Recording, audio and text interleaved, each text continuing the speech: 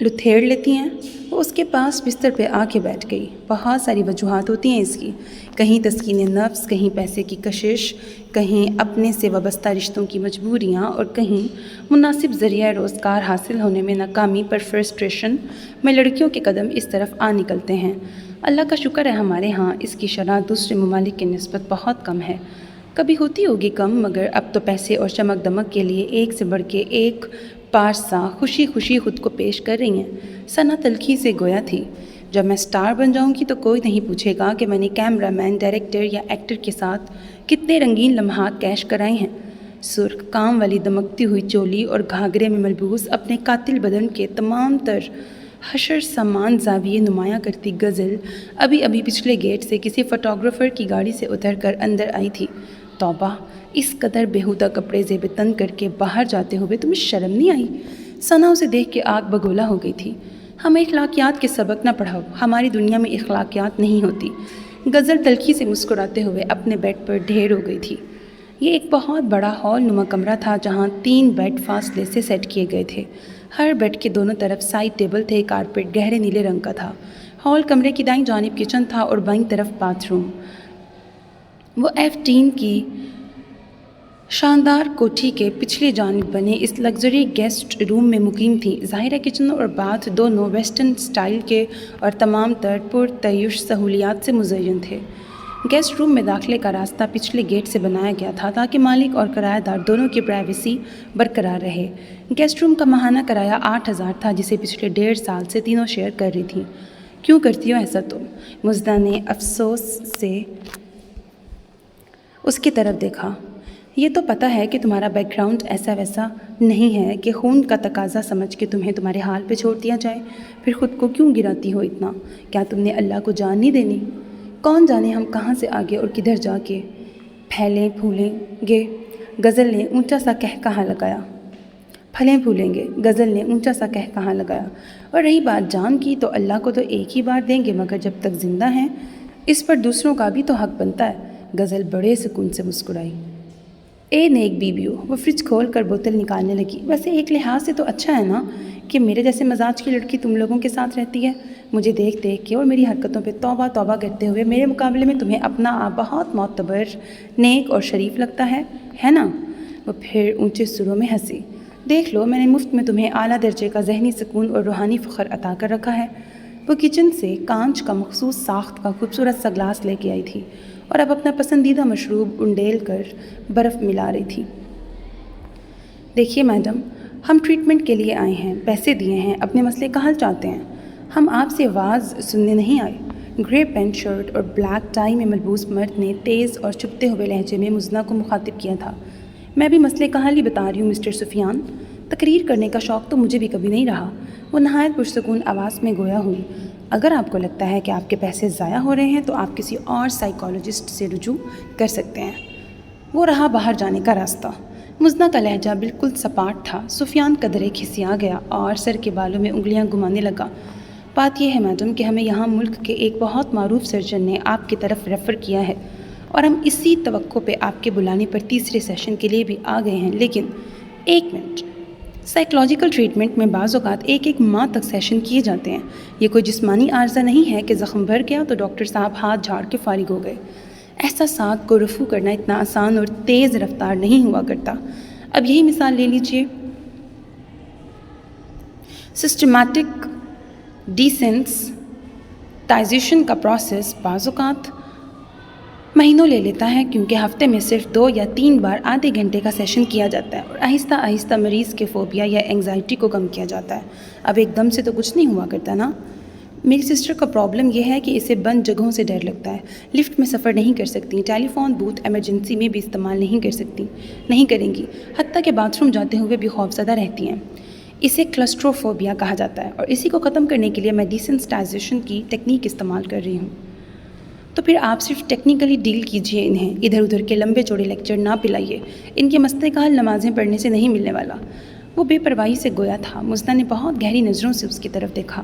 نماز دل کا سکون ہے، بے شک دلوں کو سکون اللہ کو یاد کرنے سے ملتا ہے، اور یاد کا سب سے اچھا ذریعہ نماز ہے۔ غالباً اسلام کی یہ تعلیمات اور احادیث آپ کی نظر سے کبھی نہیں گزری۔ خیر، میں سچ مچ واز بن کر آخرت کا ڈراوا دیکھ کے آپ کے مزاج کو بگاڑنا نہیں چاہتی، کیونکہ یہ باتیں آپ کی دلچسپی کی نہیں ہیں۔ البتہ آپ کی سسٹر کو یہ مشورہ ضرور دوں گی کہ بھلے مذہبی فریضے کے لیے نہ صحیح ٹریٹمنٹ کی خاطر ہی صحیح نماز پڑھ کے دیکھیں۔ ان کے منتشر خیالات، بکھرے ہوئے دل و دماغ اور بھٹکی سوچوں کو کنارہ مل جائے گا۔ جب اندر کا خوف نکل جائے تو باہر خود بخود عافیت دکھائی دینے لگتی ہے، پھر بندہ کسی سے نہیں ڈرتا۔ اس نے قلم بند کر کے فائل کے پیپرز کے بیچ رکھا اور کرسی کی پشت سے سر ٹکا لیا۔ جی میں کوشش کروں گی، میں دوبارہ کب آؤں؟ مریض خاتون نے اٹھتے ہوئے پوچھا۔ یہ لیجئے اپنا کارڈ، میں نے تاریخ لکھ دی ہے۔ Okay madam.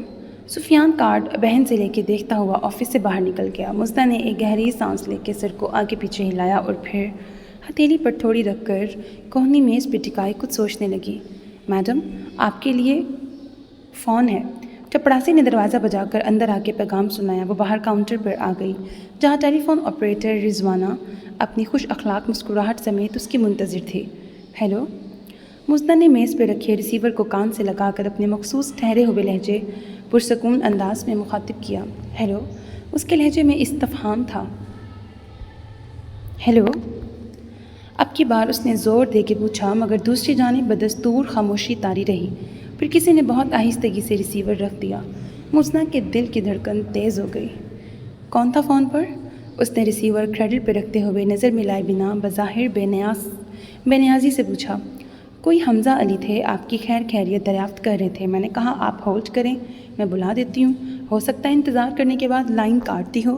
رضوانہ نے خیال ظاہر کیا۔ لائن ہی تو نہیں کاٹی، مزدہ نے دل میں سوچا تھا۔ پچھلے 5 سال سے یہ نام، یہ انجانہ سا رابطہ اور رشتہ برقرار تھا۔ 5 سال ہو گئے تھے اسے خوار ہوتے ہوئے، زیست کے جنگل میں تنہا بھٹکتے ہوئے، مگر وہ جہاں بھی رہی بغیر کسی براہ راست ملاقات یا بات چیت کے وہ اس کی خبر گیری کرتا رہا تھا۔ وہ جانتی تھی وہ اس کی پرواہ کیے بغیر رہ ہی نہیں سکتا، وہ اسے بھول ہی نہیں سکتا تھا، کیونکہ وہ بھی اس 5 برس طویل اور صبر آزما مدت میں اسے ایک پل نہیں بھولی تھی۔ وہ بھول سکتی ہی نہیں تھی۔ ان کا اتنا گہرا، ایسا نہ ختم ہونے والا رشتہ تھا کہ دونوں ہی نہیں بھلا سکتے تھے۔ سر کہہ رہے ہیں اگر آپ فارغ ہیں تو ان کے روم میں آ جائیں۔ زرار حسن کے بلانے پر وہ کاؤنٹر سے سیدھی انہی کی طرف چلی گئی۔ آئیے بی بی۔ زرار حسن 60 سال کے باریش، خوش وضع، نہایت دیندار اور اپنے پیشے سے عشق کی حد تک مخلص تھے۔ انہوں نے ہی ہولسٹک میڈیسن میں فرانس سے پی ایچ ڈی ہولسٹک ہوگا یہ ورڈ ہولسٹک میڈیسن میں فرانس سے پی ایچ ڈی کرنے کے بعد سید پور روڈ پر اپنا یہ چھوٹا سا ہاسپٹل کھولا تھا، جہاں دماغی اور ذہنی امراض کے ماہرین کے ساتھ ساتھ روحانی اور نفسیاتی امراض کے ماہر ڈاکٹر تعینات کیے گئے تھے۔ یہ ادارہ اپنی نوعیت کا منفرد ادارہ تھا جس نے کچھ ہی مدت میں اپنی بہت اچھی ساکھ بنا لی تھی۔ ایک کیس ہے مزدہ بی بی، ایک انڈسٹریلسٹ کی بیوی شدید فرسٹریشن کا شکار ہے۔ ان کی ذہنی حالت اس درجے مخدوش ہے کہ وہ گھر سے باہر نکلنا چھوڑ چکی ہیں۔ وہ علاج کے لیے بھی ہاسپٹل آنے پر رضامند نہیں۔ آپ ذاتی طور پر ان کے گھر جا کر ان کے ساتھ سیشن کریں۔ ان کے شوہر میرے کلائنٹ رہ چکے ہیں اور انہوں نے مجھ سے خصوصی درخواست کی ہے۔ کیا آپ اس ایڈریس پہ جانا پسند کریں گی؟ اگر آپ کہتے ہیں تو ٹھیک ہے سر۔ گاڑی تو اس کے پاس تھی ہی، سو خاموشی سے کارڈ اٹھا کر ان سے اجازت لے کے نکل آئی۔ یوں بھی اس کی ڈیوٹی آورز پورے ہو چکے تھے۔ اتنی لیٹ آئی ہو آج؟ مزدہ کے ہارن بجانے پر ثنا گیٹ کھولنے آئی تھی۔ وہ گاڑی لاک کر کے پلٹی تو ثنا نے فکر مندی سے استفسار کیا۔ ہاں یار، وہ سر نے ایک ایسی اپائنٹمنٹ ذمہ لگا دی تھی جسے اس کے گھر جا کے ڈیل کرنا تھا۔ مگر تم تو اس قسم کے کیس نہیں لیتی۔ دونوں باتیں کرتے ہوئے اندر آ گئی۔ لیتی تو نہیں ہوں، مگر سر نے کہا تو مجھ سے انکار نہیں ہوا۔ وہ میرے استاد بھی ہیں اور ایک لحاظ سے محسن بھی، کہ انہوں نے 4 سال پہلے ایک قطعی اناڑی لڑکی کو اپنے ہاں جاب دی، جس کا ایم ایس سی سائیکالوجی کا ابھی رزلٹ بھی نہیں نکلا تھا۔ آج 4 سال بعد میں اپنے شعبے میں کتنا تجربہ حاصل کر چکی ہوں۔ اسپیشلائز کرنے اور ایم فل مکمل کرنے میں بھی انہی کا ہاتھ ہے۔ یہ انہی کی مشفقانہ حوصلہ افزائی کا نتیجہ ہے کہ آج نہ صرف تعلیم اور اچھی پوسٹ حاصل کر چکی ہوں، بلکہ ایک عدد گاڑی کی بھی مالک بن چکی ہوں۔ ارے بھائی، اتنے برسوں سے کما رہی ہو، کوئی آگے پیچھے تو ہے نہیں جس پہ لگاؤ؟ رقم کو جمع ہی ہونا تھا، پھر تم نے جمع شدہ رقم کو گاڑی میں تبدیل کر دیا۔ کھانا کیا پکایا ہے؟ سخت بھوک لگ رہی ہے۔ مزدہ خلاف مزاج بے صبری کا مظاہرہ کر گئی تھی۔ ثنا جلدی آ جاتی تھی اسکول سے، اس لیے رات کے کھانے کی ذمہ داری اسی نے اٹھا رکھی تھی۔ رہی غزل تو اس کا موڈ ہوتا تو کھانے میں ہاتھ بٹا دیتی، نہیں تو اپنے اوٹ پٹانگ مشغلوں میں مست رہتی۔ ثنا کو ویسے بھی گھر کے کام کاج کا شوق رہا تھا، اس لیے غزل کے عدم تعاون کا گلہ یا غصہ نہیں کرتی تھی۔ مسالے والی بھنڈی بنائی ہے۔ ویسے محترمہ کو عارضہ کیا ہے؟ ثنا اس کے کیسز میں ہمیشہ گہری دلچسپی رکھتی تھی۔ ڈپریشن۔ اس نے اختصار سے کام لیا۔ کس چیز کا؟ کچھ نہ کرنے کا ڈپریشن۔ میں سمجھی نہیں۔ ثنا نے آنکھیں پٹ پٹائیں۔ اپنے ورتھ لیس بریکٹ بیکار ہونے کا ڈپریشن۔ ثنا، کام کرتے رہنا ہماری مادی ضرورت ہی نہیں ہے، ذہنی ضرورت بھی بن چکا ہے۔ انسان جب کوئی کام کر رہا ہوتا ہے تو اسے اپنی اہمیت اور ذات پر اعتماد حاصل ہوتا ہے۔ وہ اپنے ہنر پر بھروسہ کرنا سیکھتا ہے۔ سچ پوچھو تو مصروفیت اور ہلکی پھلکی پریشانیاں زندگی کو بھرپور طریقے سے گزارنے کے لیے بہت ضروری ہوا کرتی ہیں، کیونکہ مسائل سے لڑ کر ہم میں اپنی ذات کا فخر اور مضبوطی جاگتی ہے۔ کام کی ذمہ داری ہو تو ہمیں اپنا آپ معتبر اور کارآمد محسوس ہوتا ہے۔ مسز وسیم کو سب کچھ حاصل ہے، بے پناہ دولت، پرتعیش محل نما گھر، بے شمار نوکر چاکر اور ہر آسائش ہتھیلی کے نیچے منتظر پڑی رہتی ہے۔ شوہر دن رات بزنس بڑھانے میں لگا رہتا ہے۔ بچے آیا نے پال پوس کے اس قابل کر دیے کہ انہیں بورڈنگ میں ڈالا جا سکے۔ سو یہ موصوفہ فارغ کی فارغ۔ اتنی فراغت رہے گی تو ذہن تو الجھے گا نا۔ تم نے سنا نہیں، خالی دماغ شیطان کا گھر ہوتا ہے؟ وہ بھی فضول اور بیکار سوچوں میں الجھ کر ذہنی مریض بن گئی ہیں، جسے سائیکالوجی میں ڈپریشن کہا جاتا ہے۔ تم نے ان کو کیا مشورہ دیا؟ ثنا نے تھوڑی ہتھیلی پہ ٹکا کے اشتیاق سے پوچھا۔ کچھ ایسے کام کرنے کو جو صرف اور صرف اللہ کو خوش کرنے اور اس کی مخلوق کی بھلائی کے لیے کیے جائیں۔ نمود و نمائش کے لیے تو NGO اور دیگر سماجی تنظیموں کے میلے ٹھیلے بہت ہیں۔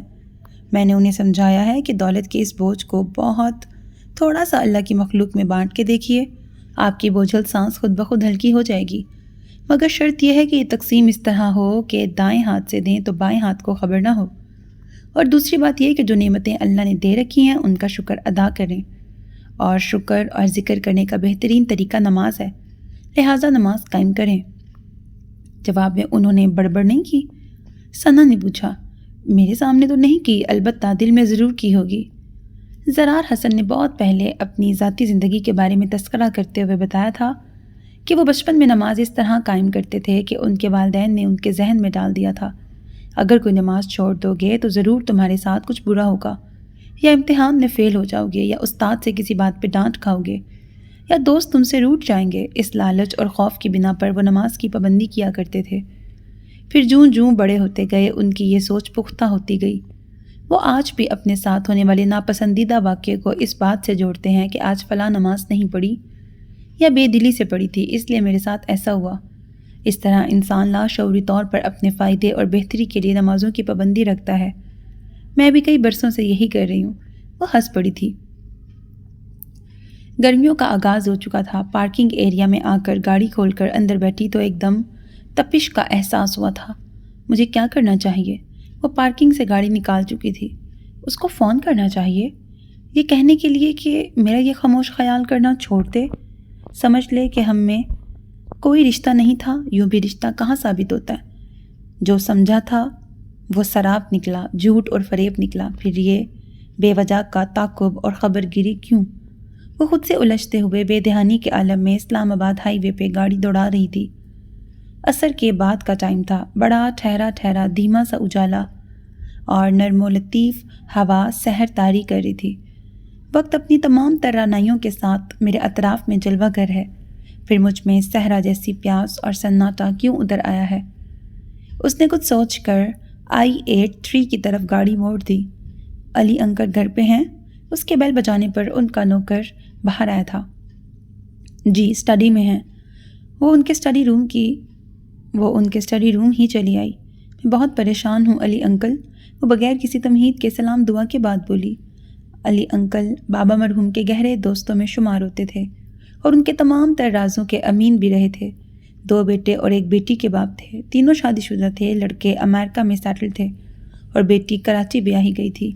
بیوی کو چند سال پہلے فالج ہو گیا تھا، سو وہ بستر اور اپنی خادمہ تک محدود ہو کے رہ گئی تھی۔ کمال ہے، ایک روحانی نفسیات کا معالج بھی پریشان ہو سکتا ہے۔ وہ ازراہ چھیڑ خانی بات کر رہے تھے۔ جی ہاں، کیونکہ وہ بھی انسان ہوتا ہے۔ وہ خفگی سے انہیں دیکھنے لگی۔ اچھا، یہ آج کی تازہ خبر ہے؟ ویسے اس پریشانی کا نام حمزہ علی تو نہیں ہے؟ بڑی گہرائی تک پہنچ کر کھوج لگایا تھا۔ مزنہ اضطراری انداز میں ادھر ادھر دیکھنے لگی۔ مجھے بھی فون کرتا رہتا ہے وہ۔ چند لمحوں کے مکمل سکوت کو علی انکل کی سنجیدہ آواز نے توڑا تھا۔ کیوں؟ بے اختیار اس نے سر اٹھایا۔ تمہارے بارے میں ہدایات نشر کرنے اور تم سے باخبر رہنے کے لیے۔ انہوں نے سگار منہ میں دباتے ہوئے کہا۔ اور میں پوچھتا ہوں برخوردار، جب کوئی رشتہ نہیں رہا تو کیوں اتنی دور بیٹھ کے بےتاب رہتے ہو؟ ویسے تم نے بھی حماقت کی مزنہ۔ نہیں انکل، اس نے تڑپ کے کہا۔ میں مر کر بھی تصور نہیں کر سکتی تھی کہ… وہ چپ ہو گئی۔ وہ بات مرنے کی نہیں، جینے کی تھی۔ زندگی گزارنے کا ڈھنگ تھا۔ کسی طرح کی کوئی قانونی اور معاشرتی رکاوٹ نہیں تھی۔ رکاوٹ تمہارے جذبات بنے تھے۔ تم دونوں کے غیر عملی نظریات نے یہ دن دکھائے۔ کیا کچھ انوکھا ہونے چلا تھا؟ سب کچھ ایسا ہی تھا جو ایسے کیسز میں ہوا کرتا ہے، ہو جاتا ہے۔ میں آپ سے اپنی پریشانی شیئر کرنے آئی تھی، ڈانٹ کھانے نہیں آئی تھی، وہ بسورتے ہوئے بولی۔ دونوں چیزیں ساتھ ساتھ چلیں گی۔ اس وقت میرے ساتھ کچن تک چلو، میں نے ایک بڑی مزیدار ڈش بنائی ہے۔ یہ نہایت خوشگوار اتفاق ہے کہ تم ادھر چلی آئیں۔ وہ اٹھ کھڑے ہوئے۔ کھانا بنانے اور اس میں ورائٹی لانے میں علی انکل کو کمال حاصل تھا۔ آئے دن نت نئے تجربے کرتے رہتے تھے۔ بات یہ ہے بیٹا جانی کہ یہ زندگی ہے تو پھر اس کو بسر بھی کرنا ہے۔ قیام کرنے سے پہلے سفر بھی کرنا ہے، کچھ اعتراض بھی کرنا ہے، اس گلی سے ہمیں کسی بہانے ادھر سے گزر بھی کرنا ہے۔ وہ بھی یہی کر رہا ہے اور تم بھی، حالانکہ دونوں ہی یہ بات سمجھتے ہو کہ یہ تعلق ٹوٹنے والا نہیں ہے، اب اس کا کوئی انجام ہونا چاہیے۔ وہ شیشے کا باؤل فریج سے نکال رہے تھے۔ یہ کیا ملغوبہ ہے؟ اس نے پنک کریمی سے امیزے کو شوق سے دیکھتے ہوئے سوال کیا۔ بد ذوق لڑکی، یہ فروٹ ٹرائفل ہے اور میری ہاتھ کی وہ اسپیشل چیز ہے جسے ہر کوئی پسند کرتا ہے، اور جو مہمان آتے ہیں ضرور اس کی فرمائش کرتے ہیں۔ وہ چھوٹی سی شیشے کی خوبصورت پیالی میں ٹرائفل نکالنے لگے۔ بنایا کیسے ہے؟ اس نے چکھا تو بے اختیار پوچھ لیا۔ تمہیں پسند آیا؟ وہ خوش ہو گئے۔ بہت بڑی لذیذ چیز ہے۔ اس میں سیب، کیلا اور انار ڈالے ہیں نا؟ ہاں۔ پھر وہ اسے مکمل ترتیب سمجھانے لگے۔ یہ تو بہت آسان ترکیب ہے، میں بھی ٹرائی کروں گی، ثنا کو بتاؤں گی، اسے فارغ وقت میں تجربات کرنا بہت اچھا لگتا ہے۔ یہ ثنا وہی لڑکی ہے نا جس کی اپنے خاوند سے علیحدگی ہو گئی ہے؟ وہ علی انکل سے ہر بات ڈسکس کر لیتی تھی، یہ بھی اسی نے بتایا تھا۔ جی انکل، آگے پیچھے تو کوئی تھا نہیں جس کے پاس جاتی یا رہتی، زندگی گزارنے کے لیے کوئی ٹھکانہ تو چاہیے تھا۔ کیا آنٹی نے ٹرائفل چکھا ہے؟ نہیں، ابھی تک تو نہیں۔ ٹھیک ہے، میں انہیں دے آتی ہوں اور مل بھی لیتی ہوں، اس کے بعد واپس چلی جاؤں گی۔ ذرا دیر تو رکو۔ نہیں، ثنا کی طبیعت ٹھیک نہیں ہے، اس نے اسکول سے بھی چھٹی کی ہے آج۔ غزل تو رات کو دیر سے آئے گی، ثنا اکیلی ہوگی۔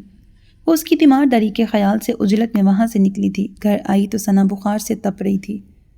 ارے تمہیں تو اچھا خاصا ٹیمپریچر ہو رہا ہے۔ وہ تھرمامیٹر پہ چیک کرنے کے بعد پریشان ہو کر ثنا کو دیکھنے لگی۔ ہم جیسوں کو نزلہ بخار کیا کہتا ہے مزنہ بی بی؟ ثنا ہمت کر کے بیڈ گراؤنڈ سے ٹیک لگا کے بیٹھ گئی۔ 2 پیناڈول کھائی ہیں، چائے تم پلا دو، 2-3 گھنٹوں میں پسینہ آ جائے گا تو ٹھیک ہو جاؤں گی۔ ہم تو عادی ہیں ایسی معمولی بیماریوں کے۔ وہ نقاہت سے بولی۔ تمہیں پتہ ہے مزنہ، جب میری اور ایاز کی شادی ہوئی تو اس وقت میرے کیا خواب تھے؟ ایک پرسکون اور پیار بھرا گھر، مناسب سہولتیں، ذمہ داری نبھا کر سکون کی بے فکر نیندیں اور رشتوں کا تحفظ۔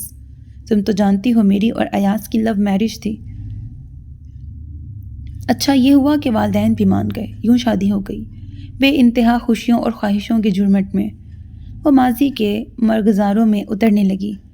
ہاں جانتی ہو پھر کیا ہوا؟ ہاں جانتی ہوں، تم خواہ اپنا دماغ نہ الجھاؤ، چلو شاباش لیٹ جاؤ۔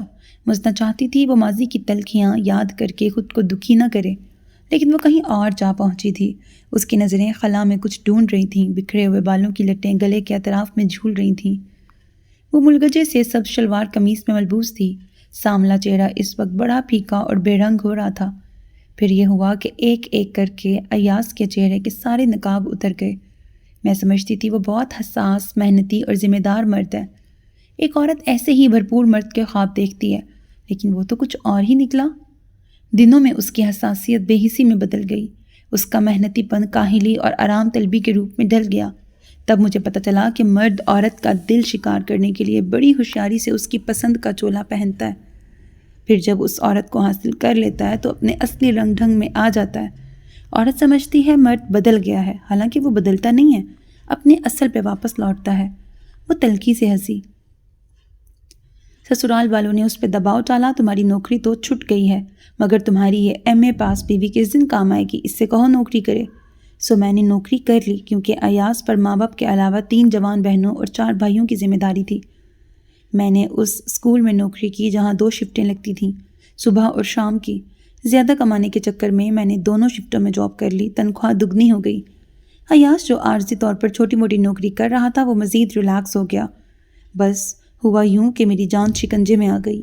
ایسی حالت میں عورت کا جی اور سا ہو جاتا ہے، خواہ تھکتی ہے، ذہنی اور جسمانی طور پر کمزور پڑ جاتی ہے۔ ایک طرف 2 شفٹوں کی لمبی ڈیوٹی، پھر گھر آ کر ایاز کی جلی کٹی اور سسرالیوں کے تانے کہ صبح 7 بجے نکلتی ہے، رات کے 7 بجے گھر میں قدم رکھتی ہے، گھر کا کچھ ہوش ہی نہیں ہے۔ حالانکہ میں واپس آ کر جتنا مجھ سے ہوتا تھا گھر کے کام نپٹاتی تھی۔ اکثر رات کو دیر تک ڈسٹنگ، واشنگ اور برتن جھاڑو وغیرہ کے کام نپٹا کے بستر پہ آتی تھی۔ چلو سسرالی کہیں تو دکھ نہیں ہوتا، مگر اپنا خاوند ہی اپنی ذمہ داریاں نہ سمجھے تو کس کو کہیں۔ بعض اوقات پوری رات ہماری بحث و مباحثے میں گزر جاتی تھی۔ تنخواہ آتی تو میں اسے سونگھے بغیر ایاز کی ہتھیلی پر رکھ دیتی تھی، مگر پھر بھی میرا مقام اس گھر میں ایسا تھا جیسے کوئی بیکار استعمال شدہ پھٹا ہوا کپڑا۔ خاوند سمجھتا تھا گویا میں عیاشی کر کے آتی ہوں باہر سے۔ نتیجہ اس ٹینشن کا یہ ہوا کہ وقت سے پہلے میرے ہاں بچے کی ولادت ہو گئی، مگر وہ زندہ نہ بچ سکا، اور پھر کچھ ایسی پیچیدگی ہوئی کہ میں دوبارہ ماں بننے کے قابل نہ رہی۔ ہاں سب جانتی ہوں میں، کیوں یاد کر کے اپنے زخم کو ریتتی ہو؟ اچھا کہو تو ٹی وی لگا دوں؟ مزنہ اس کا دھیان بٹانا چاہتی تھی۔ 1.5 سال مزید گزرا۔ اللہ کا کرنا ایسا ہوا کہ ایاز کا دبئی کا ویزا لگ گیا۔ میں نے سارا زیور بیچ کے اس کے ٹکٹ ویزے کے پیسے پورے کیے، وہ دبئی چلا گیا۔ میں پیچھے اپنے سسرال کو پالتی رہی۔ پھر جب ایاز کا کام جم گیا اور گھر میں پیسے آنے لگے تو میں نے ارادہ کیا کہ اب یہ ڈبل شفٹ کا کام چھوڑ دوں۔ میرے ساس سسر ناراض ہونے لگے، لیکن سچ تو یہ تھا کہ اب مجھ سے اتنی مشقت نہیں ہوتی تھی۔ یوں بھی ایاز اچھی خاصی رقم بھیجتا تھا جو گزارا کرنے کے لیے بہت کافی تھی، اس لیے میں نے دوسری شفٹ کی جاب چھوڑ دی۔ وہ سانس لینے کو رکی۔ مزنہ متاسفانہ نظروں سے اس کی طرف دیکھ رہی تھی۔ کچھ ہی عرصے بعد اطلاع آ گئی کہ ایاز نے دبئی میں کسی پاکستانی فیملی میں شادی کر لی تھی۔ وہ وطن واپس آیا تو اس حسینہ کو ساتھ لے کے آیا اور اپنے والدین کے کہنے پر مجھے طلاق دے کے فارغ کر دیا، کیونکہ اب میری ضرورت نہیں رہی تھی۔ انہوں نے کہا تم بانجھ ہو، اولاد تو تم سے ہو نہیں سکتی، پھر خواہ باندھنے کا فائدہ۔ یوں میں 4 سال بعد طلاق کا ٹیکہ ماتھے پہ سجائے اس گھر سے نکل آئی۔ ماں باپ کا انتقال ہو چکا تھا، گھر کرائے کا تھا، کس کے پاس جاتی، سو ادھر چلی آئی۔ نوکری تو شکر ہے جاری تھی، ہاں دوبارہ سے 2nd شفٹ بھی جوائن کر لی۔ جتنی فرصت ملتی دکھ اتنے ہی دل کو چھیدتے تھے، اس لیے ثنا تھک کر چپ ہو گئی۔ مزنہ نے ٹی وی لگا دیا تھا۔ کوئی دلچسپ سا ڈرامہ آ رہا تھا جسے دونوں عدم دلچسپی سے دیکھنے لگی۔ بعض اوقات کسی بھی چیز میں دل نہیں لگتا ہے نا؟ ثنا نے دوبارہ مزنہ کو مخاطب کیا۔ کوئی سوچ، کوئی منظر دل پہ چھائی یاسیت اور مایوسی کو دور نہیں کر پاتا۔ اگر تم پسند کرو تو میں تمہارے لیے گرم گرم سوئیاں بنا دوں، تمہاری طبیعت ایک دم سنبھل جائے گی۔ وہ جان بوجھ کر اس موضوع پر دھیان نہیں دے رہی تھی تاکہ ثنا مزید بددلی اور رنجیدگی کا شکار نہ ہو۔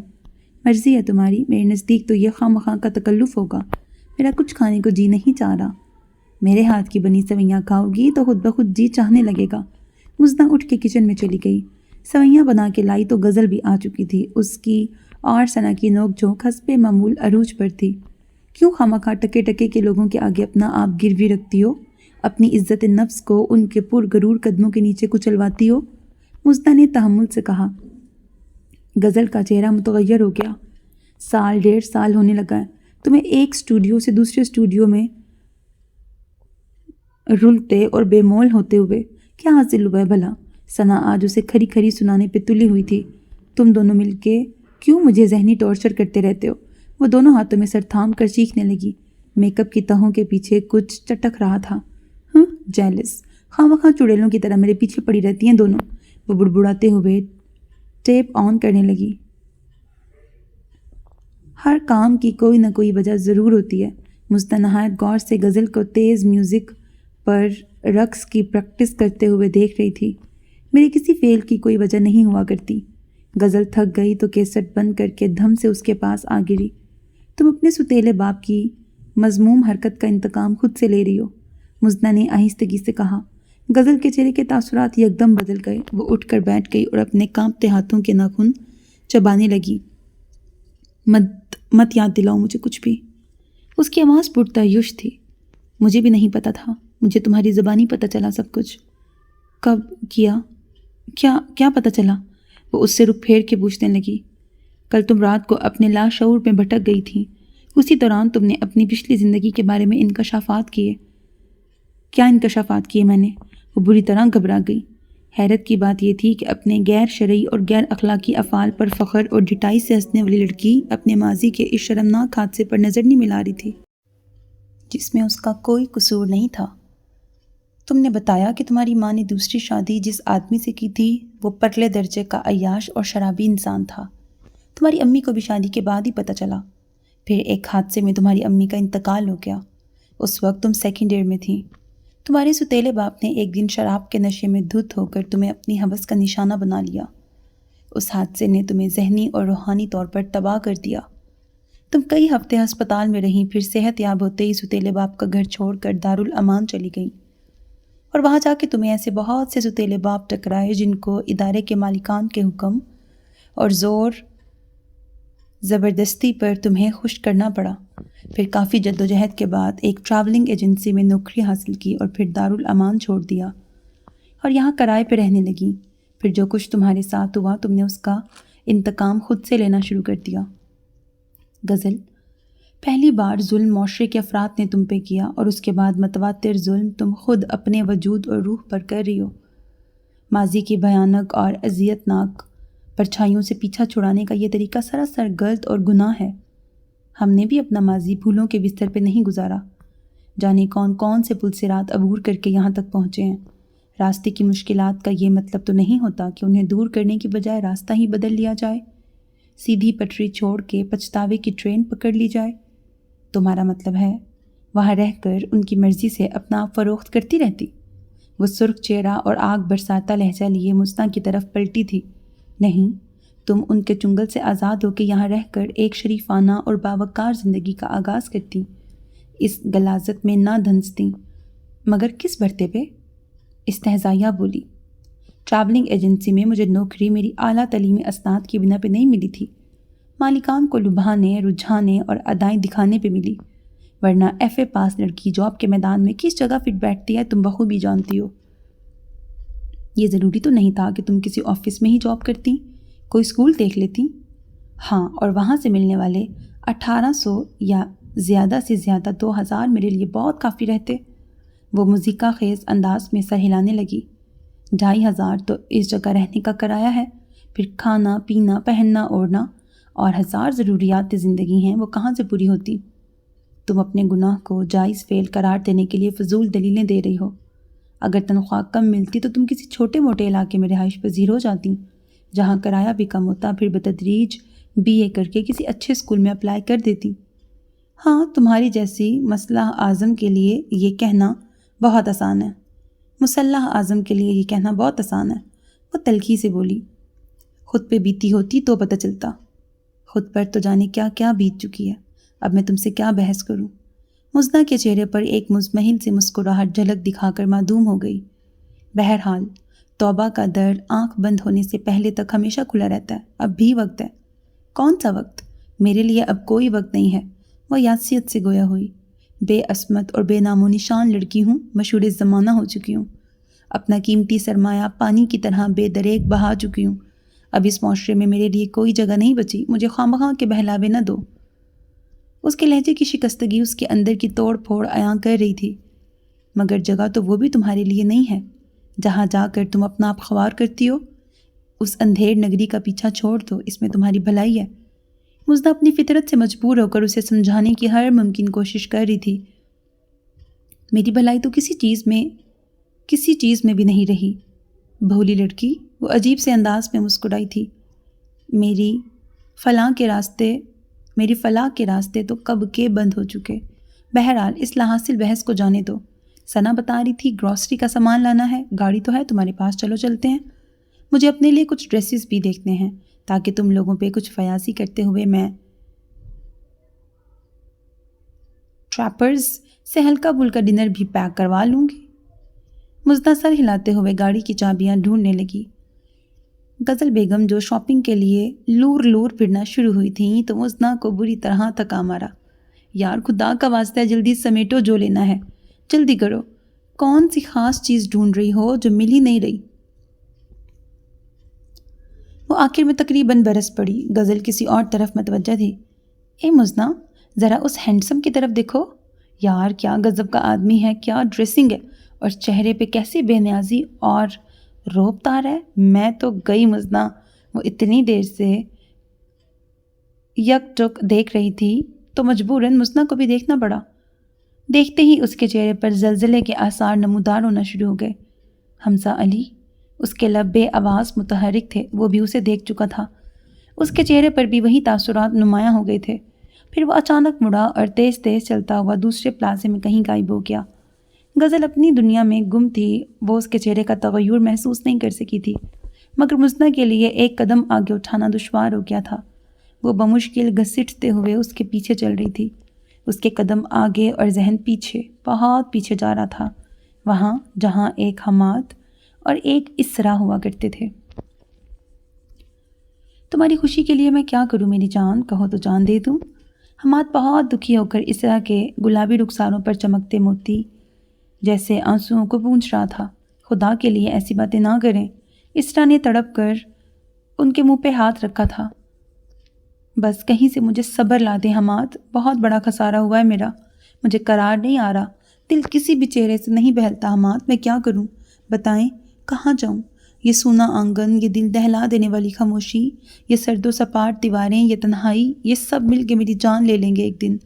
زندگی ہر روز ایک جیسی لگتی ہے، پھر ایک سی شامیں، ایک سی راتیں، میرا دم گھٹ جائے گا اس گہری کالی تنہائی میں۔ حماد اسے روتا دیکھ کر بری طرح بے چین ہو رہے تھے۔ بہت محبت کرنے والے صابر و قانع قسم کے شوہر واقع ہوئے تھے۔ شادی کو 9 سال بیت چکے تھے، مگر آنگن ہنوز خالی تھا۔ اب تو امیدیں بھی دم توڑتی جا رہی تھیں۔ پھر اس کا ایک ہی حل نکلتا ہے، اگر تم آمادہ ہو تو۔ بہت سوچ سمجھ کر حماد نے اسرا سے اس موضوع پہ بات کرنے کی ٹھانی تھی۔ ہم کوئی بچہ گود لے لیتے ہیں۔ لے پالک؟ ایک لمحے کو اسرا کی سونی ممتا کی کوکھ سے ہوک سی اٹھی، لیکن پھر اس نے خود کو سنبھال لیا۔ مگر حماد، میری 2 شرطیں ہیں۔ ایک تو وہ صرف چند دنوں یا ہفتوں کا ہو، دوسرا جس کے بارے میں 100% یقین ہو کہ وہ شریف ماں باپ کا خون ہے اور اس کے ماں باپ یا والی وارث اس دنیا میں موجود نہ رہے ہوں۔ مجھے وہی بچہ چاہیے جو میری شرائط پہ پورا اترتا ہو۔ ٹھیک ہے، میں علی سے بھی مشورہ کروں گا، اسی نے مجھے یہ حل بتایا تھا۔ یوں بالآخر عیدی ہوم میں انہیں مطلوبہ بچہ مل گیا، مگر وہ چھوٹی سی ننھی سی پری تھی۔ ایک ایکسیڈنٹ میں ماں باپ ہلاک ہو گئے، بچی معجزانہ طور پہ بچ گئی تھی۔ 10 دن تک ماں باپ کی لاشیں سرد کھانے میں پڑی رہیں۔ اخبار میں ان کے ID کارڈ بھی چھاپے گئے، مگر کوئی پوچھنے نہیں آیا تو لاوارث سمجھ کر دفنا دیے گئے۔ بچی کچھ دن پہلے ہمارے پاس آئی ہے، اس کی عمر اندازاً 3 مہینے ہوگی۔ انتظامیہ کے سربراہ نے آگاہ کیا۔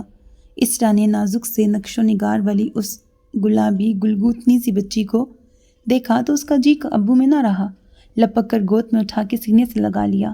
سر، یہ بچہ کسی طرح نہیں بہل رہا۔ آیا 2.5 سالہ دلکش صورت اور سنجیدہ تاثرات کے حامل ایک بچے کا بازو تھامے عاجز ہو کر اندر آئی تھی۔ بچے کا چہرہ آنسوؤں سے تربتر تھا۔ ہر طرح سے کوشش کر لی ہے، مگر اس کا رونا ختم نہیں ہو رہا۔ آیا تفصیل سے اپنا دکھڑا سنا رہی تھی۔ کون ہے یہ؟ حماد بہت غور سے اس کو دیکھ رہے تھے۔ جناب، پچھلے ہفتے پنڈی میں بم دھماکہ ہوا تھا۔ بچہ کار میں تھا جو کہ اس شاپنگ ایریا سے کافی دور پارک کی گئی تھی، اس لیے بچ گیا۔ اس کا باپ اور 1-2 مزید لوگ اس دھماکے میں ختم ہو گئے۔ ماں تو بچپن میں ہی انتقال کر گئی تھی، باپ بھی ساتھ چھوڑ گیا۔ یہ بہت سہما ہوا ہے۔ اسرا، غور سے دیکھو تو ذرا۔ حماد جیسے خواب میں بول رہے تھے۔ کتنا پیارا اور منموہنا چہرہ ہے، اس کو بھی ساتھ لے چلتے ہیں حماد۔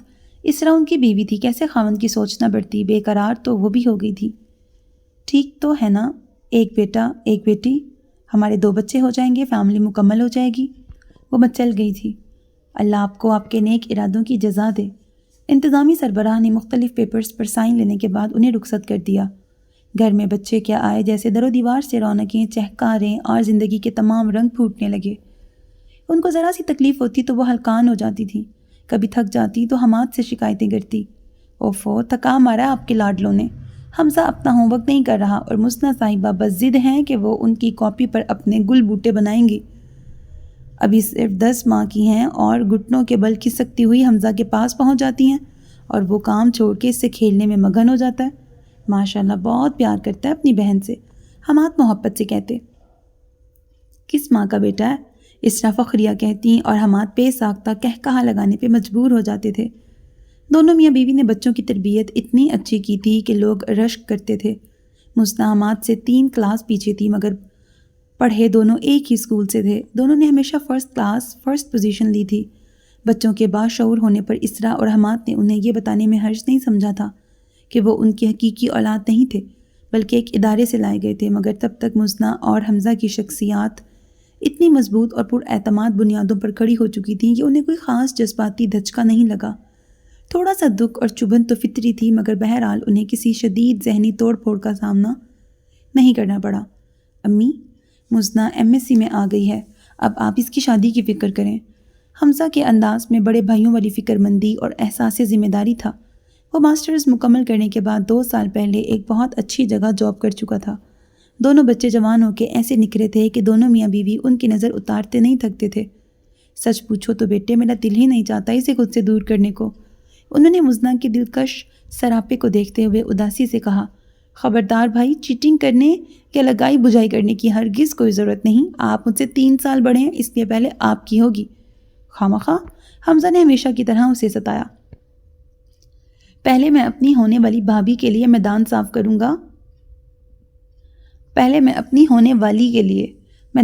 کروں گا، پھر لاؤں گا اس بیوٹی کوئن کو۔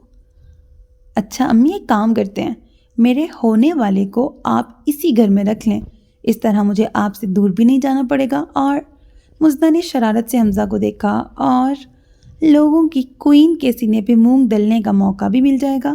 شرم کرو، مشرقی لڑکیاں اپنے منہ سے اپنے ہونے والے کا نام نہیں لیتی ہیں۔ حمزہ نے بہن کے خوبصورت بالوں کو کھینچا تھا۔ بھائی، پہلے بھابھی آئے گی، سن لیجئے۔ وہ لاٹ سے پیچھے سے اس کے کندھوں پہ ہاتھ رکھے جھکی ہوئی تھی کہ مسز علی چلی آئیں۔ انہوں نے قدرے ناگواری سے یہ نظارہ دیکھا تھا، مگر اس وقت کچھ نہیں بولی۔ وہ ادھر ادھر ہوئے تو بہت کبکی سے اسرا کا گھیراؤ کیا۔ یہ کیا ماچس اور تیلی کا کھیل شروع کر رکھا ہے تم نے اپنے گھر میں؟ اسرا، میں تمہیں اتنا بیوقوف نہیں سمجھتی تھی۔ کیا ہوا بھابھی؟ اسرا خاک بھی نہ سمجھی تھی۔ ابھی کیا کچھ اور ہونا باقی رہتا ہے؟ دیکھو تو دونوں کس طرح ایک دوسرے کے قریب بیٹھے تھے۔ جب آؤ یہی حال ہوتا ہے، اور یہ لڑکی تو ہر وقت حمزہ کے کندھوں پہ سوار رہتی ہے۔ وہ برہمی سے بولی۔ تو کیا ہوا؟ وہ اس کا بھائی ہے۔ دونوں بھائی بہنوں والے لاڈ کرتے ہیں ایک دوسرے سے، جان چھڑکتے ہیں۔ وہ خامخواہ خود کو اور دوسروں کو فریب نہ دو، تم اچھی طرح جانتی ہو یہ دونوں حقیقی بہن بھائی نہیں ہیں، دونوں کا خون ایک نہیں ہے۔ وہ جھلائیں، مگر یہ بات وہ نہیں جانتے، ان کے جذبات میں وہی پاکیزگی اور شدت ہے جو حقیقی بہن بھائیوں میں ہوتی ہے۔ پھر ہم بتا کے ان کے ذہن تباہ کیوں کریں؟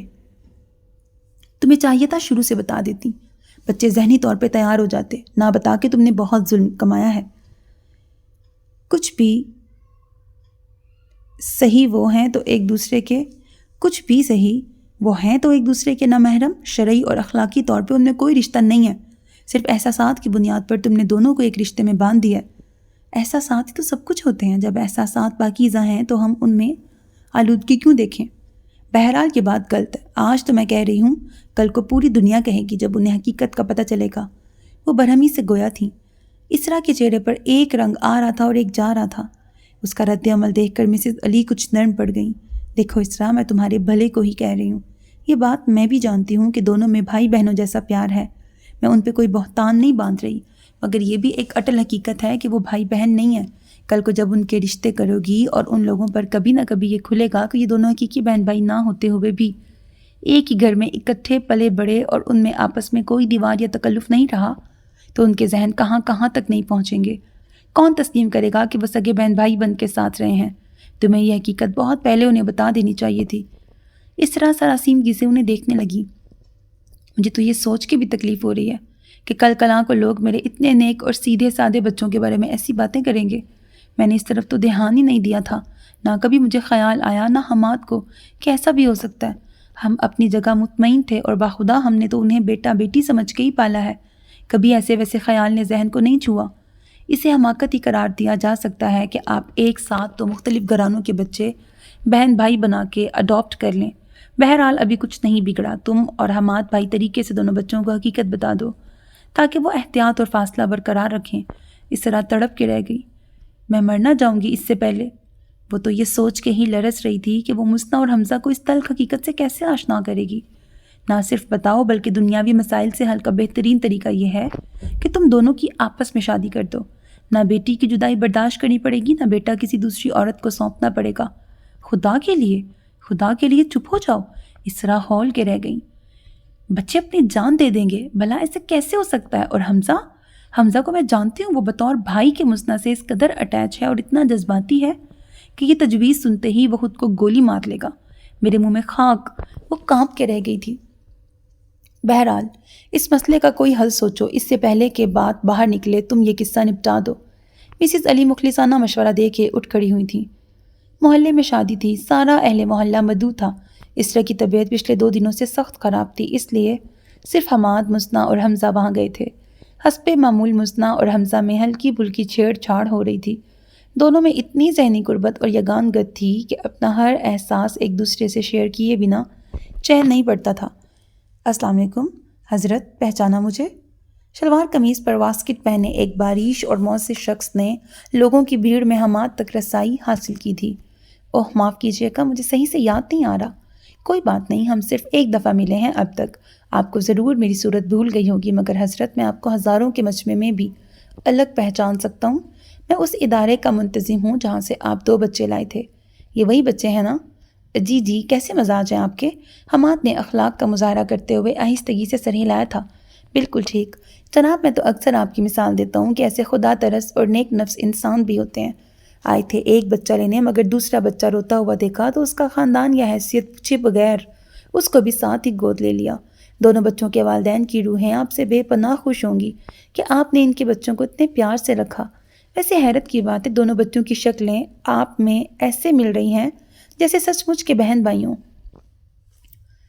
پیچھے کھڑے حمزہ اور مصنع کو جیسے سکتہ ہو گیا تھا، اور ارد گرد کھڑے ان دونوں کو مشکوک نظروں سے دیکھتے محلے والوں کو بھی۔ حماد کی پیشانی پر چمکتے پسینے کے قطرے ان کی شدید گھبراہٹ اور بے بسی کی علامت تھے۔ حمزہ 3 دن سے لاپتہ تھا، مصنع 3 دن سے اپنے کمرے میں بند تھی، حماد 3 دن سے آفس نہیں گئے تھے، اور اسرا 3 دن سے جلے پیر کی بلی کی طرح گھر میں یہاں سے وہاں چکر کاٹ رہی تھی۔ پہلے ہم سمجھتے رہے ہم آپ کی اولاد ہیں، باشعور ہوئے تو پتہ چلا ہم تو لے پالک ہیں۔ ہم نے اس بات کو نظر انداز کر دیا کہ اس سے رشتے میں فرق نہیں پڑتا۔ پھر آج انکشاف ہو رہا ہے کہ ہم تو ایک ماں باپ کی اولاد ہی نہیں ہیں۔ آپ دھوکہ دیتے رہے ہیں ہمیں، تماشا دیکھتے رہے ہمارا۔ مجھے بتائیے آخر وہ کون سی مصلحت تھی جس نے آپ کو حقیقت بتانے سے روکے رکھا؟ ہم تم دونوں کو دکھی نہیں دیکھ سکتے تھے بیٹا، اس طرح عاجزانہ انداز میں گویا تھی۔ دکھی؟ وہ تنزن بولا۔ اور اب تو جیسے ہم بہت سکون اور سکھ میں آ گئے ہیں۔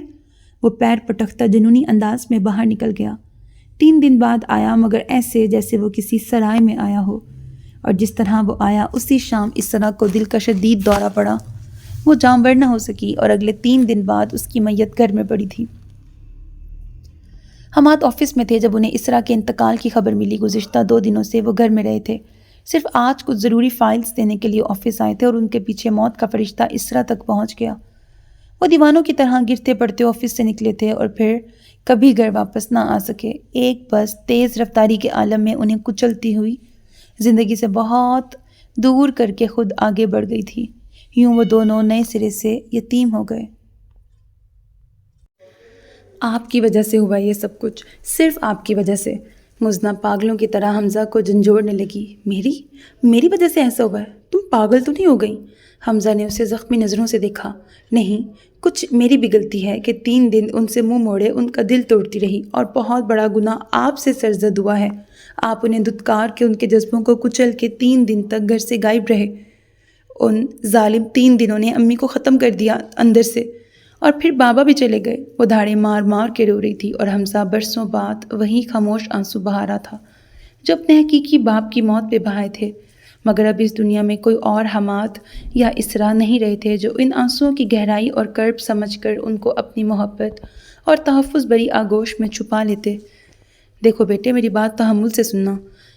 علی انکل اور مسز علی بڑی مشکل سے تمہید باندھتے ہوئے اصل موضوع کی طرف آئے تھے۔ تمہاری امی اور بابا کے انتقال کو 2 ماہ گزر چکے ہیں، کچھ بھی ہے۔ یہ تو بہرحال طے ہے کہ مرنے والے کے ساتھ مرا نہیں جاتا۔ زندگی کی سڑک ایک موڑ پہ ختم نہیں ہوتی بلکہ دوسرے موڑ سے پھر شروع ہو جاتی ہے۔ اصل میں اب لوگ باتیں کر رہے ہیں۔ علی انکل نے بہت احتیاط سے ہچکچاتے ہوئے حمزہ کو مخاطب کیا تھا۔ کس قسم کی باتیں؟ وہ حیرانی سے ان کی طرف دیکھنے لگا۔ تم دونوں کے ساتھ رہنے پر۔ مگر ہم تو گزشتہ 24 سالوں سے ساتھ رہ رہے ہیں، وہ ناگواری سے بولا، گہرائی تک ابھی بھی نہیں پہنچا تھا۔ اب کہ علی انکل نے مدد طلب نظروں سے اپنی بیوی کو دیکھا تھا، مسز علی اٹھ کر حمزہ کے قریبی صوفے پہ بیٹھ گئیں۔ دیکھو بیٹے، پہلے کی بات اور تھی، اب تو تمہیں معلوم ہو چکا ہے کہ دونوں حقیقی بہن بھائی نہیں ہو۔ تم دونوں کو شرعی اور معاشرتی اور اخلاقی حدود کا خیال کرتے ہوئے بات اتنی بڑی تھی کہ ایک لمحہ بھر کو مسز علی کے بھی ہاتھ پیر پھول گئے۔ بہتر ہے کہ تم دونوں آپس میں نکاح کر لو تاکہ خاموش ہو جائیں، پلیز خاموش ہو جائیں۔ حمزہ تھرا کر ہاتھ سے انہیں اشارہ کرتے ہوئے اٹھ کھڑا ہوا۔ اس کا رنگ زرد پڑ گیا تھا۔ آگے کچھ نہ کہیں، میرا دل بند ہو جائے گا۔ وہ بری طرح بکھر گیا۔ ارے مزنہ بیٹی کو کیا ہوا؟ علی انکل نے پردے کے پیچھے سے دھڑام سے کسی چیز کے گرنے کی آواز سنی تھی۔ لپک کر گئے تو مزنہ کو فرش پر بے ہوش گرا پایا تھا۔ حمزہ کے کمرے میں بری طرح ادھر سے ادھر چکر لگانے کی رفتار میں بلا کی تیزی آتی جا رہی تھی۔ اس کی مٹھیاں بھینچی ہوئی تھیں اور کن پٹیوں کے پاس گویا لاوا دہک رہا تھا۔ ایک بھائی نے اپنی بہن سے شادی کر لی، معاذ اللہ! میں نکاح کروں اس لڑکی کے ساتھ جس کو آنکھ کھولنے سے لے کے اب تک اپنی سگی بہن کے روپ میں دیکھتا رہا ہوں۔ دیکھو بیٹے، یہ کوئی انہونی بات نہیں ہے۔ منہ بولے بہن بھائی آپس میں شادی کر سکتے ہیں۔ پھر میں تمہیں ایک مثال دوں۔ ہمارے نبی کریم صلی اللہ علیہ وآلہ وسلم نے اپنے لے پالک بیٹے کی مطلقہ بیوی سے شادی کی اور دنیا والوں کو بتایا کہ شادی صرف حقیقی محرم رشتوں کے ساتھ نہیں ہو سکتی، جو نامحرم ہو اس سے شادی جائز ہے۔ تم ہمیشہ سے مزنہ سے محبت کرتے رہے ہو، اس کا خیال رکھتے آئے ہو، اب بھی وہی سب کچھ تمہارے درمیان رہے گا۔ صرف اتنا فرق ہوگا کہ رشتے کی نوعیت اور تقاضے بدل جائیں گے۔ دیکھو میں زیادہ اصرار نہ کرتا، مگر تمہاری امی نے اپنی موت سے ایک دن پہلے یوں ہی باتوں باتوں میں میری مسز سے ذکر کیا تھا کہ وہ صحت یاب ہو کر تم دونوں کو آپس میں حقیقی شرعی رشتے میں باندھ دیں گی۔ بات تو کھل ہی چکی ہے، تکلیف تو تم دونوں اٹھا ہی چکے ہو، پھر خواہ مخواہ کی آنا کانی کیوں؟ کیونکہ اب یہ بات سب کو پتہ چل چکی ہے، اور جہاں مزنہ یا تمہارا رشتہ کیا گیا وہ ضرور اس بات پہ معترض ہوں گے کہ ایک نامحرم رشتے کو محرم کے طور پہ کیوں رکھا، اور اگر ایسا کر ہی لیا تھا تو لڑکا لڑکی کو بتایا کیوں نہیں، کیا پتہ دونوں میں کیا رشتہ رہا ہو، وغیرہ وغیرہ۔ اب کیا تم اپنی مری ہوئی ماں کی خواہش بھی پوری نہیں کرو گے؟ علی انکل کی باتوں نے اسے بے بس کر دیا تھا۔ انکار بھی نہیں کر سکتا اور اقرار بھی نہیں کر سکتا، بس پھر آخری حل یہی ہے کہ میں خود کو بیچ میں سے نکال دوں۔ اس نے یکدم فیصلہ کیا اور اپنے کمرے میں جا کے الماری کی دراز سے ریوالور نکالا اور اپنی کنپٹی پہ رکھ کر نشانہ لے لیا۔ ٹریگر دبانے کو تھا کہ مزنہ اچانک اس کے کمرے میں آ نکلی اور تیزی سے آگے بڑھ کر اس کا ریوالور والا ہاتھ نیچے گرا دیا، مگر جب تک ٹریگر دب چکا تھا گولی کھڑکی کا شیشہ توڑتے ہوئے باہر نکل گئی۔ فساد کی جڑ میں ہوں نا، خود کو کیوں مارتے ہیں؟ مجھے ماریے، مجھے ختم کر دیجیے۔ وہ قالین پہ بیٹھ کر دھاڑے مار مار کے رونے لگی۔ وہ تھکے ہوئے شکست خوردہ انداز میں ریوالور دوبارہ الماری میں بند کر کے باہر نکل گیا تھا۔ پھر یہ کارروائی بہت خاموشی سے ہوئی۔ علی انکل اور مسز علی نے کچھ معزز لوگوں کو جمع کر کے دونوں کا نکاح پڑھوا دیا۔ اس کاغذی نکاح کے بعد حمزہ صرف 10 دن اس چھت کے تلے رہا تھا، پھر وہ باہر چلا گیا، مگر وہاں رہ کر بھی وہ اس کی خبر گیری کرنا نہیں بھولا تھا۔ حماد صاحب کا مکان سرکاری تھا، لہٰذا 3 ماہ بعد خالی کرا لیا گیا۔ مزدہ نے خاموشی سے گھر کا کچھ سامان بیچا اور کمرہ کرائے پر لے لیا۔ جاب تو وہ گزشتہ ماہ سے شروع کر ہی چکی تھی، اور پھر زندگی نے خاموشی سے 5 سالوں کا طویل سفر طے کر لیا۔ میری سمجھ میں کچھ نہیں آ رہا، میں کیا کروں؟ کس طرح کسی اور رشتے سے تمہیں مخاطب کروں؟ انتہائی دباؤ کے تحت میں نے یہ کاغذی رشتہ تو تم سے جوڑ لیا ہے، لیکن میں گزشتہ 10 دنوں سے ہر لمحہ خود سے نفرت محسوس کر رہا ہوں۔ تمہاری موجودگی میں، اس گھر میں، اس محلے میں، بلکہ اس ملک میں میرا دم گھٹنے لگا ہے۔ میں باہر نکلتا ہوں تو لگتا ہے ہر آنکھ مجھ پہ ہنس رہی ہے کہ یہ دیکھو جس نے اپنی بہن سے نکاح کر لیا۔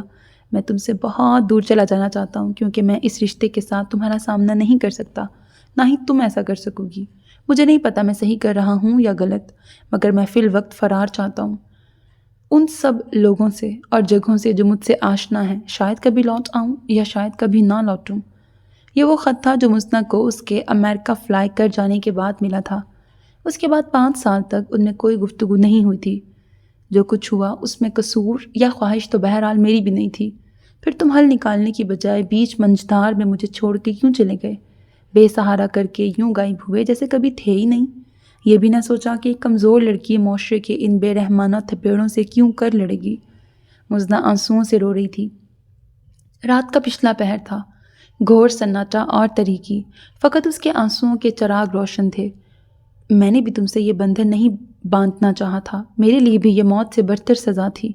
تم نے تو اس سزا سے فرار کے لیے ملک بدل لیا، مگر میں کیا کرتی؟ میں تو کہیں کی بھی نہ رہی تھی۔ تم بزدل تھے حمزہ علی، اتنی جرأت ہوتی تو ڈٹ کر یہ رشتہ جوڑنے سے انکار کر دیتے۔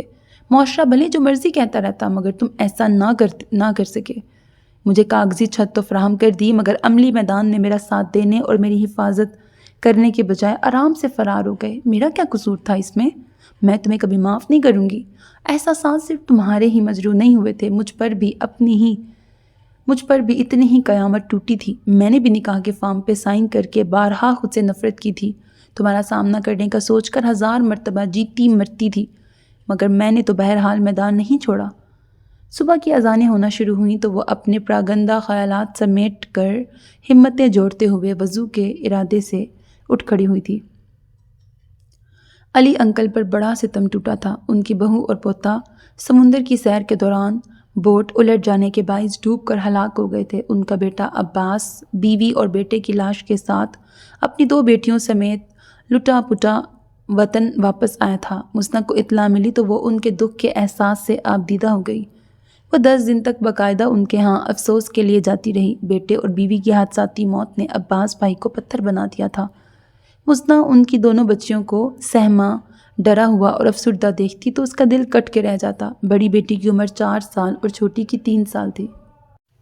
علی انکل سے پتہ چلا تھا کہ حمزہ بھی باقاعدگی سے آ رہا تھا۔ وہ پاکستان آ چکا تھا اور انکل سے ملا بھی تھا، مگر ان کے اصرار کے باوجود وہ مسنا کے گھر نہیں گیا تھا۔ اتفاق ایسا تھا کہ دونوں کا آمنا سامنا نہیں ہوا تھا اور مسنا نے دل ہی دل میں شکر ادا کیا تھا۔ میں کیا کروں؟ بہت عرصے بعد غزل اپنا مصنوعی روپ اتار کر بے بسی اور سادگی سے اس کے سامنے اپنا آپ کھولے بیٹھی تھی۔ مجھے سکون نہیں ملتا۔ میرا ضمیر، میرے احساسات، میری روح کا ہر تار مجھ پہ کوڑے برساتا ہے۔ میں کتنی غلیظ ہو چکی ہوں، شاید میں بھی نہیں جانتی اس کی گہرائی کو۔ مجھے پاک ہونے کا طریقہ بتا دو مسنا۔ وہ ہار کر رو پڑی تھی۔ اللہ سے رجوع کرو غزل، اس سے مانگو، وہ تمہیں سب کچھ دے گا، دل کا سکون بھی اور روحانی پاکیزگی بھی۔ میں بہت دور جا چکی ہوں مسنا، میں کیسے اس پاکیزگی تک پہنچ سکتی ہوں؟ پچھتاوے کے ناگ اسے بری طرح ڈس رہے تھے۔ وہ بہت دنوں سے بری طرح بے چین تھی، اس کے اندر کوئی الاؤ بھڑک رہا تھا۔ پھر کچھ دن گزرے اور غزل اچانک لاپتہ ہو گئی۔ میرا خیال ہے وہ گیسٹ ہاؤس چھوڑ کے ہمیشہ کے لیے جا چکی ہے، کیونکہ وہ اپنی چیزیں بھی ساتھ لے جا چکی ہے۔ ثنا نے خیال ظاہر کیا تھا اور وہ کہاں گئی تھی یہ بھی کچھ عرصے بعد معلوم ہو گیا۔ اس نے جسمانی طور پر معذور لاوارث بچوں کے ادارے میں جاب کر لی تھی۔ رہائش کی سہولت اسی ادارے میں موجود تھی، اس لیے وہ خاموشی سے گیسٹ روم چھوڑ گئی تھی۔ اس دن وہ علی انکل کے ہاں گئی تو انہیں کسی گہری سوچ میں ڈوبے پایا۔ انکل خیریت ہے؟ کس سوچ میں گم ہیں آپ؟ اس نے ان کی نزدیکی کرسی سنبھالتے ہوئے دریافت کیا۔ عباس کی چھوٹی چھوٹی بچیاں، ان کی دیکھ بھال، بچوں کو ماں چاہیے اور اس کے لیے عباس کو دوسری شادی بہرحال کرنی ہی پڑے گی۔ اس سلسلے میں تم کوئی مشورہ دو۔ میں کیا مشورہ دے سکتی ہوں انکل؟ وہ پھیکی سی مسکراہٹ لیے گویا ہوئی۔ کوئی مناسب رشتہ تلاش کرو۔ میرا خیال ہے تم یہ کام بہت اچھے طریقے سے کر سکتی ہو۔ تمہاری آنٹی کو تم جانتی ہو، مسلسل بیماری کے باعث زیادہ کہیں آتی جاتی نہیں، اور عباس بھائی، ان کی بھی تو کوئی مرضی ہوگی، وہ کیا کہتے ہیں اس بارے میں؟ اللہ کا شکر ہے میرے بچے ماں باپ کے کہے کو مان دیتے ہیں، وہ ہمارا کہا نہیں ٹال سکے گا، تم بس اپنا کام کرو۔ مسنا نے سر ہلا دیا۔ اس کے ذہن میں ایک چہرہ آیا تھا، ثنا کا چہرہ۔ اس میں ہر خوبی تھی ماں سوائے اس کے کہ وہ ماں نہیں بن سکتی تھی، مگر عباس بھائی پہلے ہی صاحب اولاد تھے، انہیں اولاد کی ضرورت نہیں تھی۔ ثنا ان کے لیے بہترین جیون ساتھی ثابت ہو سکتی تھی۔ میں چلتی ہوں انکل۔ مسنا پرس سنبھال کر اٹھی، پلٹی مگر پھر ٹھٹک کر وہیں کی وہیں کھڑی رہ گئی۔ گرے سفاری سوٹ میں ملبوس، ہاتھ میں بریف کیس پکڑے، آنکھوں میں عجیب سے کرب آمیز تاثرات لیے وہ حمزہ علی ہی تھا۔ رک جاؤ دونوں یہیں، کیوں چوروں کی طرح منہ چھپا رہے ہو؟ کیا چرا کے بھاگے ہو ایک دوسرے کا؟ علی انکل اٹھ کر دونوں کے بیچ میں کھڑے ہو گئے اور سختی سے دونوں سے مخاطب ہوئے۔ دونوں کے سر جھکے ہوئے تھے اور نظریں اپنے جوتوں پر تھیں۔ بلی چوہے کا یہ کھیل آخر کب تک جاری رہے گا؟ علی انکل کی سنجیدگی بدستور تھی۔ برخوردار، ہمارے زمانے میں ایک حویلی میں 4 خاندان آباد ہوتے تھے، سب کے بچے بھی اکٹھے پل کے جوان ہوتے تھے، سب ایک دوسرے کے بہن بھائی ہی کہلاتے تھے، اور وہی عزت اور محبت ہوتی تھی دل میں۔ بعد میں بزرگ پکڑ کے کسی کا جوڑ کسی سے ملا دیتے اور یوں وہ عزت و محبت ازدواجی رشتے میں بدل جاتی تھی۔ میں مانتا ہوں تمہارے معاملے میں کافی کچھ مختلف ہوا۔ 24 سال تک تم لوگ خود کو بہن بھائی سمجھتے رہے، پھر انکشاف ہوا کہ خون کا کوئی رشتہ بیچ میں کبھی تھا ہی نہیں۔ تم دونوں کا رد عمل قدرتی تھا۔ تمہارے بابا نے اور امی نے تمہیں معاشرتی دباؤ اور مسائل سے بچانے کے لیے مجبوراً یہ تجویز کیا تھا کہ تمہیں ایک شرعی رشتے میں جوڑ دیا جائے تاکہ تم دونوں ہمیشہ ایک دوسرے کے ساتھ رہو۔ اس میں ایسا کیا غلط تھا جو اتنا شدید رد عمل ظاہر کیا کہ 5 سال گنوا دیے اور اس کے بعد بھی کوئی احساس نہیں جاگا؟ حمزہ پیر کے انگوٹھے سے لون کی گھاس کرید رہا تھا۔ مستہ بدھ بنی کھڑی تھی۔ اور حمزہ، میں تمہیں 80% قصوروار ٹھہراؤں گا کہ تم بجائے رشتے کو مضبوطی اور تحفظ فراہم کرنے کے یہاں سے فرار ہو گئے، اس بیچاری لڑکی کو معاشرے کے مسائل سے نپٹنے کے لیے اکیلا چھوڑ دیا۔ نیا رشتہ نہ نبھاتے، پرانے رشتے کے ناطے جو تم پر اس کی معاشرتی اور معاشی ضروریات اور تحفظ کا حق بنتا تھا وہ تو پورا کرتے۔ میں شرمندہ ہوں، وہ آہستگی سے بولا۔ 5 سال بعد مستہ نے اس کی آواز سنی تھی۔ اگر شرمندہ ہو تو پھر باز آ جاؤ۔ مزید وقت برباد کرنے سے اور یوں ذہنی عذاب سے گزرتے رہنے سے کیا حاصل ہے؟ نارمل انسانوں والی زندگی جیو۔ مجھے اتنا عرصہ گزار کر بھی یہ سمجھ میں نہیں آیا کہ میں تمہارے ساتھ کس طرح زندگی کا آغاز کروں۔ وہ بہت بجھا اور شکست کھوٹتا تھا۔ تم کچھ مت کرو، زندگی کو خود موقع دو کہ وہ تمہیں آغاز اور انجام سے آگاہ کرے۔ علی انکل نے جان بوجھ کر دخل اندازی کی تھی۔ نہ دور جا پاتا ہوں، نہ قریب آنے کا حوصلہ رکھتا ہوں۔ وہ پیشانی مسلنے لگا۔ خود بخود سمجھ میں آ جائے گا، کچھ وقت دو ایک دوسرے کو، اور فی الوقت یہ کرو کہ مستہ کو اس کے گیسٹ ہاؤس تک چھوڑ دو۔ اس کی گاڑی کی مجھے ضرورت ہے۔ میری کار کی بیٹری ڈاؤن ہے، اسے کون دھکے لگا کے سٹارٹ کرے گا؟ میں شام کو تمہاری کار گیسٹ ہاؤس پہنچا دوں گا۔ وہ مستہ سے مخاطب ہوئے۔ کیا زبردست بہانہ ڈھونڈا تھا انہوں نے ان دونوں کی یکجائی کا۔ آؤ بیٹھو۔ حمزہ خاموشی سے اسے لے کر گاڑی تک آیا اور فرنٹ ڈور کھولا۔ اس نے مستہ کی طرف پہلی بار سر اٹھا کے دیکھا تھا۔ اورنج کلر کے سفید کڑھائی والے سوٹ میں اس کی رنگت دمک رہی تھی۔ حسین تو وہ پہلے بھی بہت تھی، مگر اب جیسے اس کے حسن کے سارے ہی رنگ کھل چکے تھے۔ ایک باوقار حسین عورت کے روپ میں وہ اس کے مقابل تھی۔ کس طرف کو ہے گھر؟ وہ گاڑی آگے بڑھا چکا تھا۔ جب آپ ٹھکانہ جانتے ہیں تو پوچھ کیوں رہے ہیں؟ وہ قدرے طنز سے جواب دے کر باہر دیکھنے لگی۔ آپ نے خوامخواہ زحمت کی، آپ کی خبر گیری یا بے خبری سے میری ذات پہ کوئی فرق نہیں پڑتا تھا، مگر مجھ پہ تو پڑتا تھا، وہ بے ساختہ بولا۔ مستہ نچلا ہونٹ دانتوں تلے کچلتے ہوئے خاموشی سے باہر دیکھتی رہی۔ پچھلے سال سے پاکستان میں ہوں، مگر ابھی تم سے سامنا کرنے اور حقیقت کو تسلیم کرنے کے لیے مجھے کچھ وقت چاہیے تھا، اس لیے کتراتا رہا۔ وہ بہت آہستگی سے بول رہا تھا، نظریں ونڈ اسکرین پر جمی ہوئی تھیں۔ تم کیسی ہو؟ کتنا عرصہ ہو گیا تم سے کوئی بات کیے؟ کیا کیا اتنے سال؟ اس کے لہجے میں نرمی اور اپنائیت تھی۔ مستہ کی آنکھوں میں آنسو ڈبڈبانے لگے۔ جانے دیجیے، جو بیت گیا سو بیت گیا۔ اس کا لہجہ گلوگیر تھا۔ آپ نے ساتھ چھوڑ دیا تو کیا ہوا؟ اللہ نے مجھے آسرا دینا تھا، سو وہ مشکل راستے آسان بناتا گیا۔ مجھے اب اپنے اس جذباتی فیصلے پر سخت شرمندگی ہو رہی ہے۔ کچھ بھی تھا، مجھے تمہیں یوں تنہا چھوڑ کے نہیں جانا چاہیے تھا۔ جو دکھ میرا تھا، مجھ سے بڑھ کر تمہارا بھی تو تھا۔ امی اور بابا کی روحیں کتنا تڑپتی ہوں گی تمہیں تنہا پا کر۔ وہ کرب سے بولا۔ چھوڑیے، یہ بتائیے آپ کہاں ٹھہرے ہوئے ہیں؟ پہلے تو ہوٹل میں وقت گزارتا رہا، پھر کچھ ماہ پہلے ایک گھر خریدا ہے اپنے اور تمہارے لیے۔ مجھے ضرورت نہیں ہے، میرے پاس انتظام ہے گھر کا۔ مستہ نے فوری رد عمل ظاہر کیا۔ یہ تو مجھے بھی پتہ ہے، مگر تمہارا اصل ٹھکانہ تو وہ گھر ہی ہے نا جو میں تمہیں دوں گا۔ بہت کر لی حماقتیں، اب زندگی منطقی انداز میں گزرے گی، اور مستہ مجھے یقین ہے ہم ساتھ رہیں گے تو خود بخود سب کچھ ٹھیک ہو جائے گا۔ میں یہ تو نہیں کہتا کہ ہمارے درمیان نارمل رشتہ قائم ہو جائے گا، مگر مجھے یقین ہے ایک دن ہم نارمل لوگوں کی طرح جینا ضرور سیکھ لیں گے۔ بات تو ساری احساس کی ہوتی ہے نا۔ اس نے آہستگی سے اس کی جانب مڑتے ہوئے اس کے شانے پر ہاتھ رکھا۔ مزنہ کا جی بھر آیا۔ بہت مدت بعد کسی کے شانے پر سر رکھ کے پھوٹ پھوٹ کے رونے کو دل چاہا تھا۔ قصور نہ تمہارا تھا نہ میرا، قصور ہمارے والدین کا بھی نہیں تھا کہ انہوں نے نیک نیتی کے جذبے کے تحت ہمیں ہمارے رشتے کی اصلیت سے آگاہ نہیں کیا۔ لیکن ایک بات اس سے ثابت ہو جاتی ہے کہ کسی بے اولاد میاں بیوی کو اپنے لے پالک بچوں پہ یہ ستم نہیں کرنا چاہیے۔ یا تو ایک ہی گھر کے 2 بچے لیں یا پھر صرف ایک بچہ لیں۔